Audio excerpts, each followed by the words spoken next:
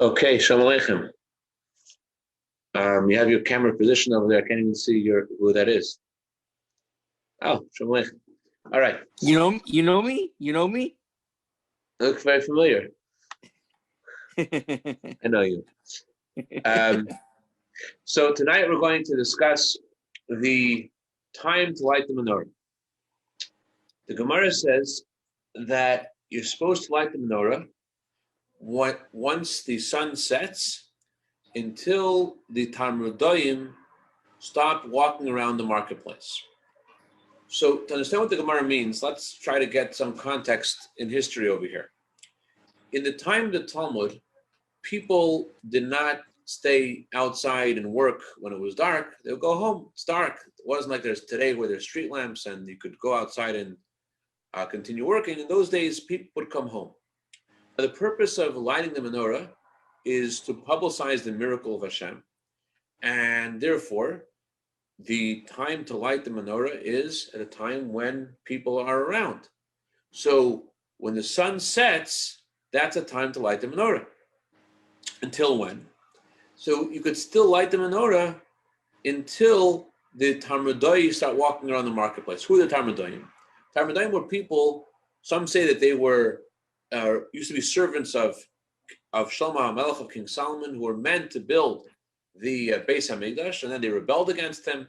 That's why the root of the word Talmudoyim means rebellion. They rebelled against Shlomo HaMelech, and they were sort of like gypsies, and they would stay in the marketplace a little longer. They would gather wood, and someone comes home, and they don't have enough wood to light their fireplace, so go back to the marketplace, and Talmudoyim would still be hanging around a little later than everybody else, a half hour later, and they would sell the wood to anybody who would want to have wood. So the Talmud says the time of lighting the menorah is from when the sun sets until those people leave the marketplace. So what's the meaning of this interval, from this when the sun sets till the people leave the marketplace? So the Talmud gives three explanations. The first explanation is, if you lit the menorah and the menorah went out, so kavsa zakukla, if it went out, you're still obligated to relight the menorah again. You're not fulfilled, you haven't fulfilled your obligation just because you lit the menorah. The menorah has now been extinguished. You have to now relight the menorah. That's the Gemara's first explanation of this statement. The Gemara proves that this is incorrect, and actually that's the halacha, that although it's our custom to relight the menorah, if the menorah goes out within the first 50 minutes, 50, that's our custom, Chabad customs keep the menorah lit for 50 minutes. So although we do relight the menorah, however, technically the menorah is already been, the halachic obligation is already been satisfied just by lighting the menorah, even though the 50 minutes hasn't yet passed, or a half hour hasn't passed, even 5 minutes hasn't passed. You lit the menorah in a way that the menorah could have lasted for half an hour. That's already sufficient, satisfies your halachic obligation of lighting the menorah. That's the halacha, and therefore the Talmud rejects this explanation, which says that you have to know if you went out, you have to relight it. So what is the meaning of this interval between the sun setting and the Talmudoyim leaving the marketplace? So the Gemara gives a second explanation. The second explanation is the ilui adlik madlik, that if you did not yet light the menorah, you must light the menorah now. That means that you have an obligation to light the menorah for that half hour. 30 minutes you have until the people leave the marketplace. Once they leave the marketplace, you have no longer any obligation to light the menorah. The time has passed. And that's how the Rambam rules. The Rambam says, if you haven't lit the menorah by that time, you can no longer light the menorah. You're not able to light. The time is done. Now, the Magen Avram writes that it doesn't seem to be correct that you should not be able to light the menorah at all, because there's a third explanation of the Talmud. The third explanation of the Talmud is that the time period, the interval between this time, the sun setting, and the people leaving the marketplace is given to us to tell us how long the menorah should be lit. The menorah should be lit for 30 minutes, but it's not that you cannot do the mitzvah any longer. You could do the mitzvah after the people left the marketplace, but make sure the menorah is lit for 30 minutes. So it's still kosher to light the menorah throughout the night, but make sure the menorah is lit for half an hour. It's not meant to tell us when the menorah could be lit until. It's meant to tell us how long the menorah is supposed to be lit. So since there is another opinion, the Magen Avram says that even according to the Rambam, who says that the time for the menorah lighting is done at the time of when the time of leave the marketplace, a half hour after sundown, he still should agree that you should light the menorah at least without a bracha, without a blessing, because you may be able to light the menorah still according to the last opinion of the Talmud. That's what the Magen Avram says. And there is another opinion. The Tosfos says that this whole discussion of the Gemara of lighting the menorah from sundown until a half hour after sundown isn't relevant nowadays. Why isn't it relevant nowadays? Because originally, the purpose of lighting the menorah was to publicize the miracle to the outside, to the people who are living in the public domain.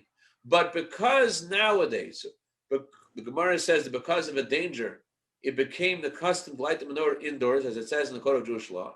So therefore, the purpose, the trajectory of our publicity of the miracle of Hanukkah is not towards the people of the public domain. Rather, the purpose of our publicity of the miracle is to our household.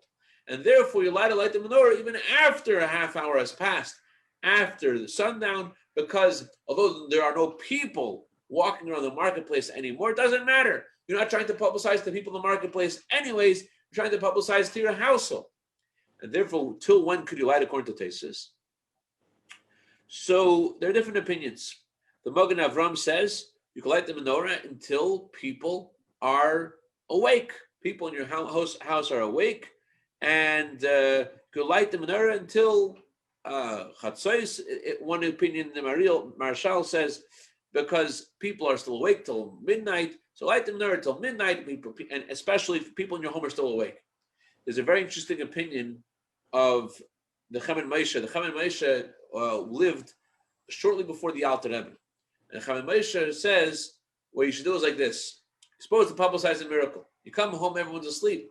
He says, wake them up. Happy Hanukkah. Wake up 2 or 3 people from your household, and then you're able to continue to light the menorah, because there are now people which are publicizing the miracle too. They're now there. Now, some disagree with the Chaim Moshe because, the Mishnah Berurah says we don't protest against someone who lights a menorah later, and it says a bracha, because after all, you are publicizing to those people which are still awake in your home. But even after midnight, because there are still people awake that can see the menorah, and therefore it doesn't matter. And that's also Harav Gadasi wrote an interesting sefer on many areas of halacha.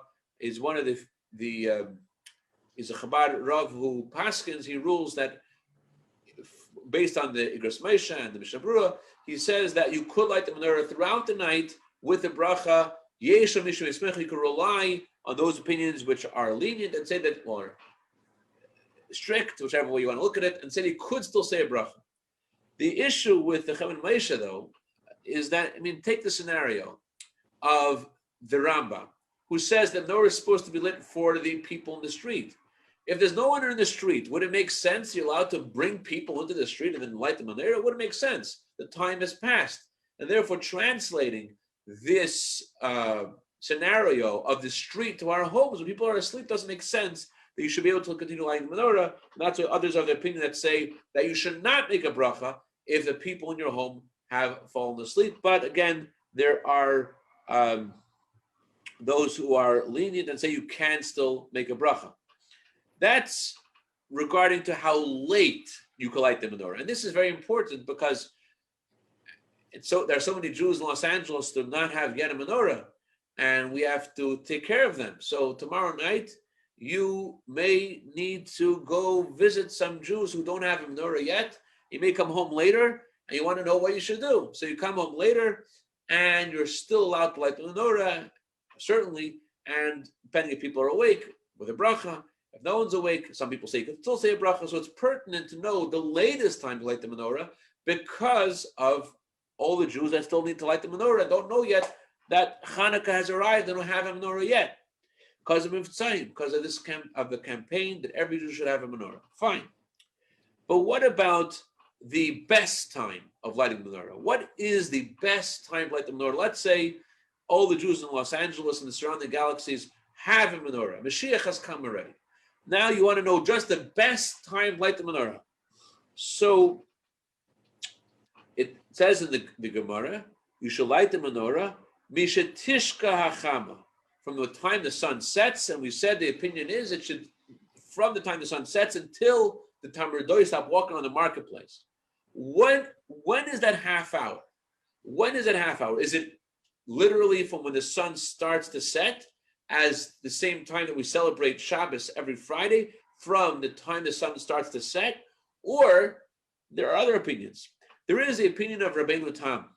Rabbi Tam holds, his opinion is, that just like in the morning, when it starts to first get light before sunrise, it takes 72 minutes from Amud HaShachar, when the new day has begun, when you can still see a little bit of light before the sun has already risen.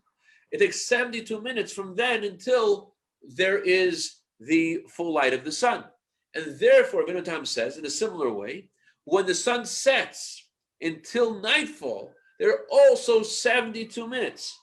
And his version of Shkia, of sundown, is 45 minutes after our sundown. So 45 minutes after what we call sundown is sundown. And the Tzeis HaKachavim, the time when the stars come out, that's 72 minutes after what we call sundown. That's the opinion of Rabbi Tam. Now the Alter Rebbe, in the laws that discuss when to celebrate Shabbos, he rejects this for halachic reasons, and he points out that the stars are already out far before 72 minutes, already 20 minutes or 30 minutes after sundown. The stars are already out, we could see them, and therefore he does not rule like Rabbi Tam, and he rules like the other opinions regarding Shabbos. We should celebrate Shabbos from the beginning of sundown. So, still, regarding the laws of Hanukkah, it would seem that Rabbi Tam has more weight regarding the discussion of publicizing the miracle, because again, we're trying to publicize the miracle to those who are still around when it is still some daylight. So if Rabbi Tam is saying that it's not fully dark till 72 minutes after sundown, so therefore the Ravid says that there is a reason to delay the time for the Menorah, because there is still people walking around. But the Alter Rebbe does not pass them that way, and so therefore our sundown would be the regular sundown, but it's not so simple, because there's a third opinion. There's Rabbi Tam's opinion, which Shkia begins 45 minutes. The end of the sun setting is 45 minutes after sundown, and the stars coming out is 72 minutes. That's Rabbi Tam. There is the regular conventional way that we discuss halacha, where sundown is sundown, and the time when the stars come out is 20 or 30 minutes after sundown. But then there is a third opinion, the Pri Chadash, who holds that we should light the menorah not like Rabbi Tam. Let's say sundown is at 4:30. So according to our version of sundown, it would seem. We'll get to that in a second. What we actually do, it would seem that the best time to light the menorah is from 4:30 and let it be lit for at least 30 minutes till 5 o'clock, if that's what sundown is. A second opinion is, don't go by sundown, go by when the stars come out, but don't go like Rabbi Tam's opinion when the stars come out. Go according to how we usually paskin and we usually rule when the stars come out regarding when Shabbos is finished. So go by the stars come out 20 minutes after sundown. So start lighting your menorah 20 minutes after sundown when it says Cashapp, the stars come out, and the opinion that it's brought in Shulchan Aruch and by many poskim who say, do not light the menorah at sundown. Wait till Tzeis Kochavim. So they would say, don't light the menorah until 4:50. If sundown is 4:30, don't light the menorah until 4:50, and it has to still burn till like 5:20. And then we have Rabbi Nutam's opinion, who he would say, don't light the menorah until 5:50, 72 minutes after sundown. So what do we do? What's the best thing to do? So people are going on Mivtzayim, people are going to the outreach to share the menorah, the menorah is light with other people, and they're leaving, let's say, before sundown. They're coming back much later. They're coming back in a scenario where there are halachic opinions which say you cannot light the menorah. What should they do? So what do we do? So if you look in Sefer HaMenhagim, the book of Ar Menhagim, it says the time to light the menorah is, get this, none of these three opinions. It says light the menorah between Mincha and Ma'ariv. What does that mean, between Mincha and Ma'ariv? Certainly, you're lighting the menorah after sundown, which is after the time of Mincha. What's the emphasis of after Mincha? So this language that's brought in the book of Menhagim comes from the Shulchan Aruch. And Shulchan Aruch is actually talking about lighting the menorah in a shul. So lighting the menorah in a shul, this is pertinent because let's say you daven Mincha at 1:30. You're not allowed to light the menorah until Plag HaMincha, about an hour and 50 minutes before sundown. So if you're allowed to daven Mincha once it's a half hour past midday, so you're allowed to daven Mincha, let's say 1:30, but you cannot light the menorah until, let's say, 3:15. So now it's time to, you've already davened Mincha, you come to shul. Should you wait to light the menorah when you've finished Ma'ariv, or should you light the menorah before Ma'ariv?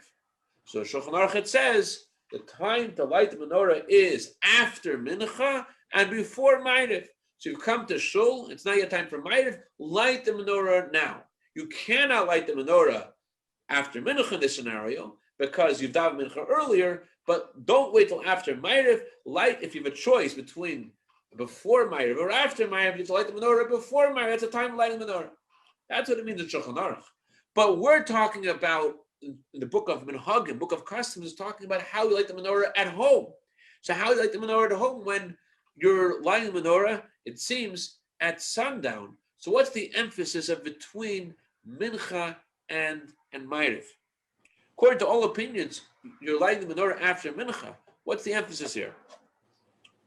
So, explanation like this. If, for example, you had to light the menorah earlier because you won't be able to light the menorah later in a way you could say a bracha, so what's the best thing to do?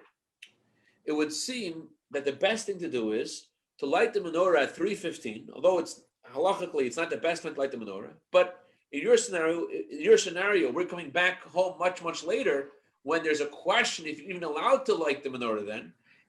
It would seem much better to light the menorah earlier from Plag HaMincha and let the menorah, put enough oil in the menorah so the menorah will continue burning until way after sundown, till the time the stars come out. That would seem to be the best thing to do.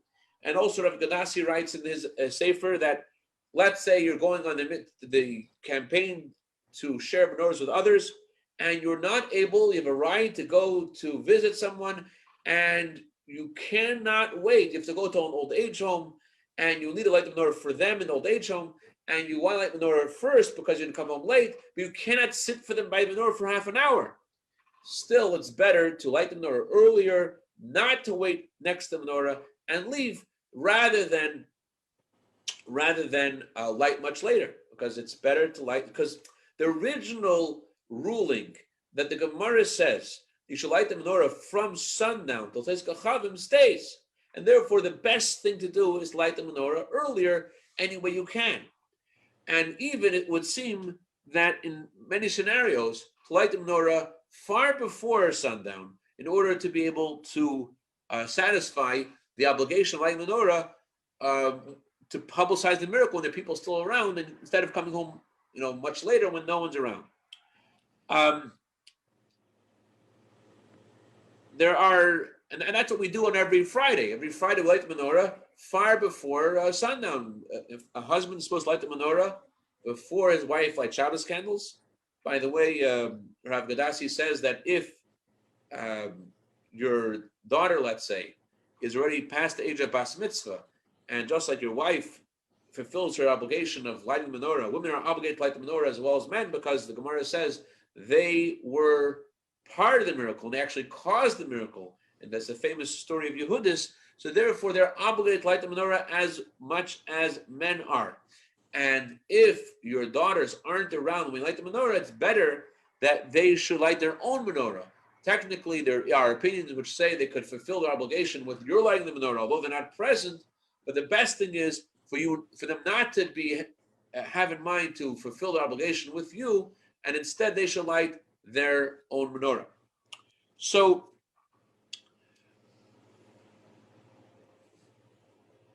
if you light the menorah and it's after sundown, we said that there are some opinions which say that it's not yet a good time to light. You have to wait till Tzeiz Kachavim. So what should you do? So Rabbi Gadassi, the Shayach Meidim, they say that our opinion is, our minhag is to light the menorah as soon as it's sundown. Where they get that from, I don't know. It doesn't say that in Sefer Menhagim. Sefer Menhagim emphasizes that if you have to light the menorah earlier, light the menorah after mincha. And also, if you have to light the menorah later, light the menorah before Ma'ariv. Now, Rabbi Gadassi, he writes that you should light the menorah after Ma'ariv. And there are many opinions that say you should light the menorah after Ma'ariv. The reason for their opinions is because they say that tadir v'she'ena tadir kodim. If you have two obligations to do, one of them is more common than the other, so always do the obligation which is more common. How often do you light the menorah? 8 days a year. How often do you daven Ma'ariv? Every day of the year. Therefore, the obligation of Ma'ariv should precede the obligation of lighting the menorah. That's what Rav Gadassi and others maintain. And they also say, they add another caveat, there's a biblical obligation to light the menorah, to say Shema, and the biblical obligation of saying Shema should outweigh the obligation of lighting the menorah earlier. That's what they maintain. The issue with their opinion is that there's another place in the Code of Jewish Law where the Alter Rebbe does mention the Alter Rebbe does mention the obligation of doing a rabbinical mitzvah before davening Ma'ariv. The Alter Rebbe says regarding the laws of checking for chametz, searching for chametz. He says it's a mitzvah to search for chametz, and it's a mitzvah to daven Ma'ariv. What should you do first? So if you're praying in a shul, so you're supposed to daven Ma'ariv with the minyan before searching for chametz at home. But what if you're at home? What should you do first? Search for chametz or daven Ma'ariv? So Alter Rebbe says that you should better search for chametz first. And the Maharil, Alter Rebbe's brother, asked the Alter Rebbe, why do you say this? Seemingly there's a weightier obligation to say the Shema, and that's a biblical obligation. Why should the biblical obligation of saying Shema be delayed for the sake of their biblical obligation of checking for chametz? So because of this, the Alter Rebbe, it seems because of this, the Alter Rebbe added some words in the Kunshas Achron in the halachas of searching for chametz, and he says there's a big difference between the obligation of davening Ma'ariv and the obligation of searching for chametz. If you decide to daven Ma'ariv later, you're not transgressing the obligation of davening Ma'ariv. You're only transgressing the obligation of davening Ma'ariv if you daven after midnight. The sages said that you should try to daven before midnight, because if you delay till after midnight, you're going to forget it entirely. It is better to daven Ma'ariv as soon as possible, because you may be lazy and never daven Ma'ariv, and you may forget. Okay, you may forget. But regarding the laws of searching for chametz, the time of searching for chametz is specifically at the time of when the stars come out. That's the time for searching for chametz. And therefore, if you delay that even by a small amount of time, you're already transgressing the obligation of our sages who said that the time for lighting time for searching for chametz is supposed to be specifically at the time when the stars come out, and therefore you have to search for chametz before you daven Ma'ariv. So transferring that logic to the laws of Hanukkah, there are many opinions, even amongst Chabad Rabbanim, who say that it is better to light the menorah before you daven Ma'ariv, because the time for lighting the menorah is specifically at sundown. And although you've delayed it already, and you're already lighting the menorah later, but just like it says in Sefer HaMinhagim, you're supposed to daven Ma'ariv after you light the menorah. The time for lighting the menorah is between Mincha and Ma'ariv. So although the simple translation of that would mean that you do that sometime earlier after Shkia, before the stars come out, but since the original takana, the original establishment of our sages is to light the menorah earlier, so you're supposed to try to bring the time of menorah as early as possible, closer to the time of Shkia, and therefore do not delay it further by davening Ma'ariv. Instead, you should rather light the menorah and then daven Ma'ariv. That's how Rabbi Levin paskins and many others. I don't have any affinity to him because he's not my cousin, but we just share a great last name. And he says, yes, he says you should daven Ma'ariv after you light the menorah. And he also said that, interestingly, what did the Rebbe do? Did the Rebbe wait for Tzeitzei Kachavim? Did the Rebbe wait for the stars to come out? Or did the Rebbe light earlier? He said it's not really clear exactly when the Rebbe lit, but it seems that the Rebbe did not wait for Tzeitzei Kachavim. The Rebbe would go home and light the menorah and come back to daven Ma'ariv after Mincha, between Mincha and Ma'ariv. And it seems that the Rebbe lit sometime after Shkia, but not clear if the Rebbe waited till some opinion of Tzeitzei Kachavim or not. But if you would add the time from when the Rebbe will lit the menorah and waiting a half hour, it would seem the Rebbe returned before a half hour after Tzeitzei Kachavim, which would seem to side with the opinion of the Shvach Meidim and Rav Shimon Gadasi, who say that our opinion is that we can light the menorah after Shkia. We don't have to wait for Tzeitzei Kachavim. So that's the bottom line. The bottom line is that it's better to light the menorah as early as possible, and it seems from the Rebbe's personal custom that we should interpret the words of the words of the Gemara, lighting the menorah b'shatishka achavim, when the sun sets. We don't have to wait for the end of the sun setting for Tzeitzei Kachavim, as other opinions say, but it's sufficient to wait for at least Shkia to light the menorah. And certainly, if you're going to go on Mivtzayim and you need to go somewhere else, certainly it's a very good time to light the menorah. That, in fact, that's the original takana, that's the original time that our sages made. And although we're lighting now at home and we're lighting for the purpose of publicizing the miracle to our families, and therefore it doesn't seem that the time of sundown is so pertinent nowadays, it is pertinent. That's the time that our sages established light the menorah. So if you have a reason you can't light the menorah until later, fine. But if you want to, you're at home, you want to find the best time to light the menorah, it's better to light the menorah as early as possible, starting from sundown.